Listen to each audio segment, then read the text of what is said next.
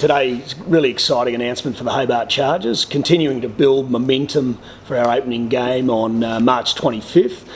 Two announcements today, effectively. You'll recall 6 months ago I said I wanted to make the Chargers the most engaging online and exciting membership opportunities and supporter opportunities to engage with the team. And so today I'm really pleased to bring that all together by announcing a sponsorship from What's On In, an incredible bit of innovative Tasmanian developed technology, massive growth startup company in Tasmania. This sponsorship will be of value to the club of over $60,000 over the 3 years.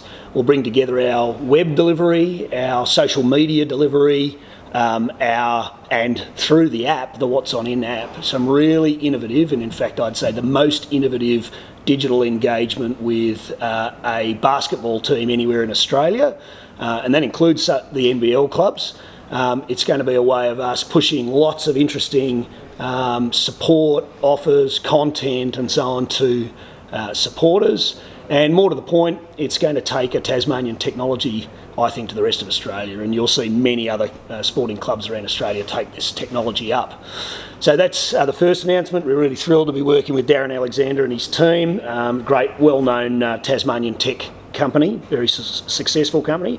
And then the second thing I'm announcing today is the launch of our season breakfast. This will be the first opportunity in 20 years to see a basketball full brand new basketball court laid down at the Derwent Entertainment Centre with the full corporate box, with our new mascot, potentially with our new entertainment, the day before first game day, season launch day. We're calling it the Michael Johns Breakfast, and that is in honour of Michael Johns, who was instrumental in the 1990s of bringing the Devils to the Derwent Entertainment Centre.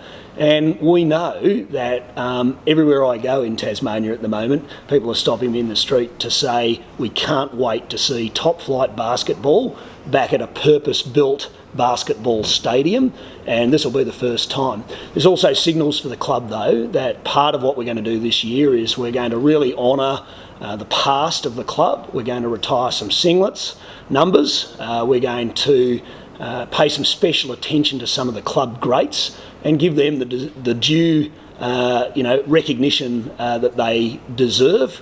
And the first person we're going to honour in that is Michael Johns, who, as many of you know, was the proprietor of DJ Motors, was one of the major sponsors, but really one of the major moving parts, the late Michael Johns, I should say, one of the major moving parts who brought top flight basketball to the deck in the first place.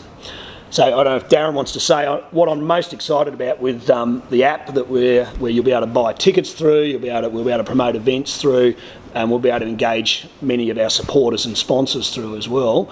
Darren might like to say a few words about the app and what he's able to do for us, and the sponsorship arrangements. Thanks, David. Look, we're really excited. We think this is a great challenge. I think for a long time in the social context of social media with people is that they look at engaging. This is going to be this is a new ball game, completely a new ball game, as I say.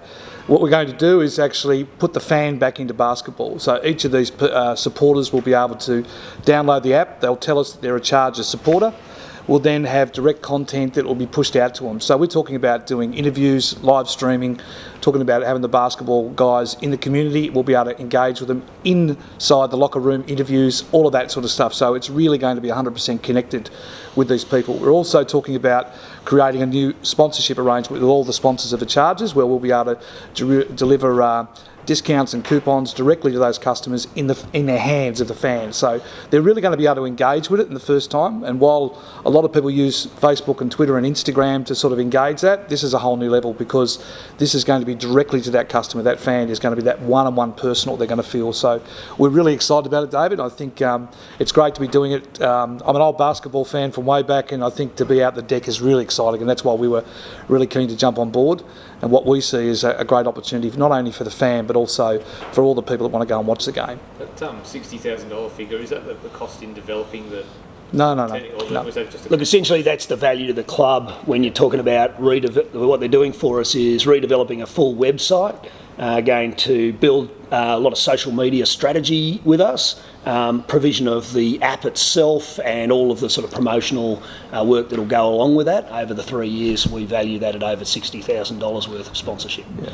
So will each game be live streamed? Each home game? Look, we're working at the moment with, we certainly will be filming each game. We're working at the moment with Darren and to make sure that where possible we can live stream games. What we are looking really closely at the moment is doing some away game live streaming so that we can bring our hardcore fans together on those nights, and I know you guys will all be there, on those nights probably down at Rest Point, bring our fans together on those nights when the basketball's not in Hobart, basically. And also, too, we'll be looking at doing highlight packages so that people that actually didn't get to the game but want to be connected to the game, they can still see that. So we're looking at different ways that we can do that. Now, one of the really exciting things we're talking about doing is, as part of the sponsorship today, we're going to give away a season pass for a family. Now, we're going to go out and film that family receiving the season pass, taking them all the way from home to the actual game, and actually they'll be decked out in all their gear, and that's something that's going to be really exciting. So all the fans will be able to see all of this, and I think this is going to be that real touch point where they can actually enjoy it.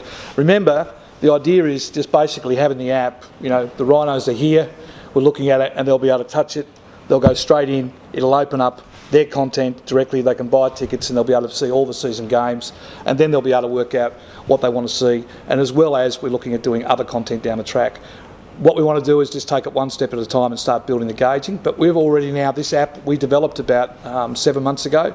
It has over 12,000 subscribers in Tasmania alone. So this is going really well, because what it is about telling people what's on. And I think that's what all of us challenge when we are looking to go out or looking to do something on the weekend, and that's why we decided to do this. We're taking it to another level though when it comes to the Chargers. So the Charger person, when they register at the app, they have to tell us they're a Chargers fan, and then we're going to open up separate content just for them. Not everyone's going to get it, it's only those people that actually register as a Chargers fan. So it's exciting. Happy with what's happening off court, on court Yeah, at the moment. so let's talk basketball. The first reports were announced the other day. A few local boys you get to sign on. Are you confident a couple of where things are at? Oh, well, what I am confident at, and I take my advice from the coaches, both the men's and women's team are going to be highly competitive. I think there's still a few pieces to put in place in both teams, there's no doubt about it. I am 100% confident, or as confident as you can be, we are going to have a very strong and winning men's team. There's a couple of extra pieces to go in place for the women's team where I can be 100% confident that that will be the case. But I know our basketball department's working on that right now. We're going to have some other great announcements. The new imports that we're talking to that we haven't announced yet, and also our challenge around just getting some of those imports here for the first 3 games.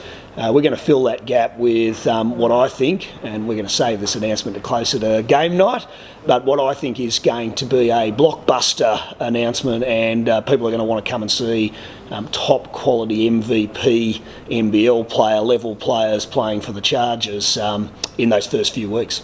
And just on the breakfast, so people will sit there and watch the floor being laid? No, look, essentially the concept is a stand-up breakfast, and essentially everyone who comes to the breakfast is going to be able to walk the floor, shoot some hoops, see the floor in place, including you guys. You'll be all invited, you don't have to buy a ticket, trust me. Walk the floor, shoot some hoops on the floor, see the venue, see how it's going to be lit, see what this venue really is going to look like. We've been working very hard with the Derwent Entertainment Centre staff to get the format exactly right.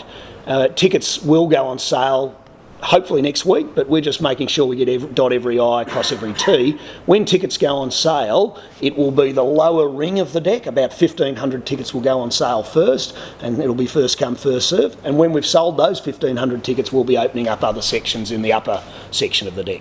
You hope to make the breakfast a bit of an institution. There's some other sporting luncheons, like the Billy Sorrell sort of pops into my mind as a... Yeah, well, if we can be as big as the Bill Sorrell footy lunch, I'll be happy. My mate Bill would be less happy probably, but look, I genuinely believe this club's now 21 years old. And I genuinely believe not only are we needing to look to the future, which we're clearly doing, but also we need to honour the past. And the past has been great with this club. And before that, the Devils, of course, which is really the spawn of where this club came from. We need to honour the past, the stalwarts, the life members, the great players who have won great championships. Now, I'm not going to name names now, but through this year, you're going to see this club really looking to honour the past so we can build for the future, and we know that future is really about heading to the NBL. Is the Glenorchy City Council going into administration? Have you implemented what you're doing out of the debt? Look, it's fair to say that some personnel changes at the Derwent Entertainment Centre have meant that there's been some challenging issues, but we're new to this too. This is the first time this club's gone back to the deck and started to think through all of the issues and challenges and so on. But I will say this about the Glenorchy City Council staff, whatever's happening at elected member level and all of those sorts of things, the staff are getting on with the job, and they've been really responsive in solving all of the challenges ahead of us to put top flight basketball back at the deck.